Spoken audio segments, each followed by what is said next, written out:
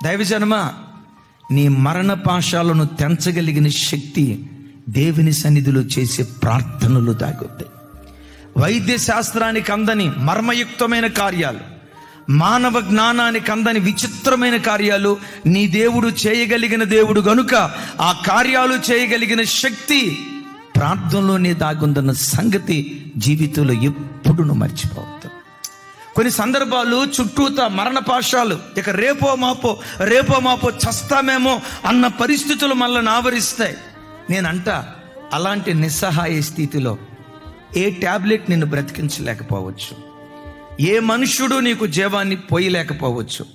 100 మంది నీ చుట్టూతో ఉన్న వాళ్ళు ఏం చేయలేని నిస్సహాయ స్థితిలో వాళ్ళు మిగిలిపోవచ్చు. ఒక మాట చెప్పమంటారా, ఆ ఇరుకులో నువ్వు చేసే చిన్న ప్రార్థన మరణంలో నుండి జీవానికి దాటించడం ప్రారంభిస్తుంది.